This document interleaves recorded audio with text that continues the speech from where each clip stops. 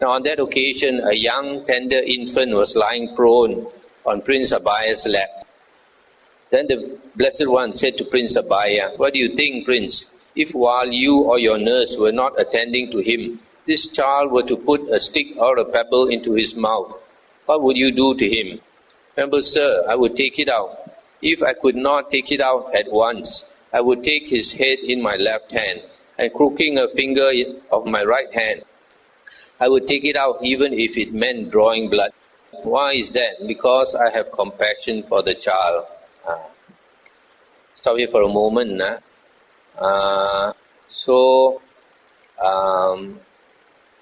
This action of putting the finger into the child's mouth and taking out the stone, even if it meant causing blood to flow, is, you can see, action that is unwelcome and disagreeable to the child.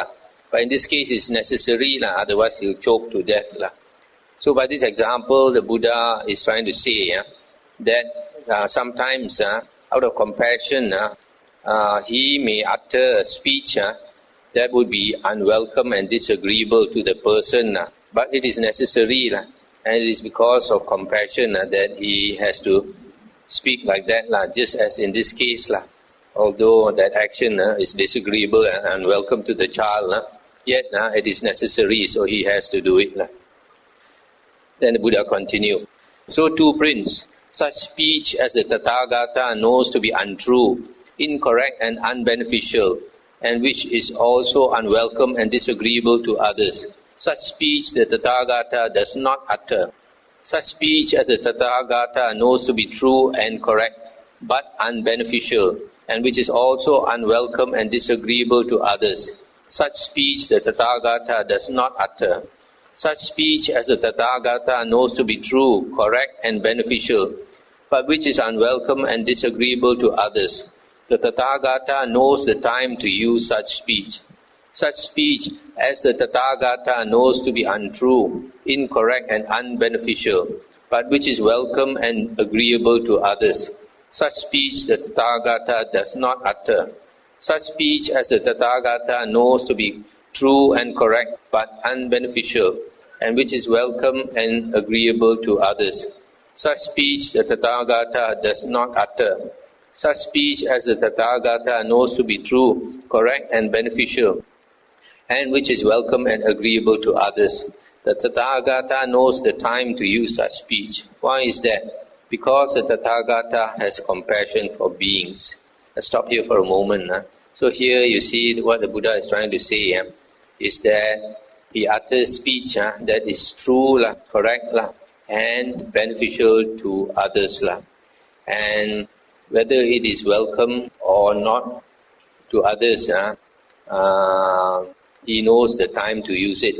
Because of compassion for beings, he has to speak what is true, what is correct, and what is beneficial. Venerable Sir, when learned nobles, learned Brahmins, learned householders, and learned recluses, after formulating a question, then go to the Blessed One and pose it, has there already been in the Blessed One's mind the thought, if they come to me and ask me thus, I shall answer thus? Or does that answer occur to the Tathagata on the spot?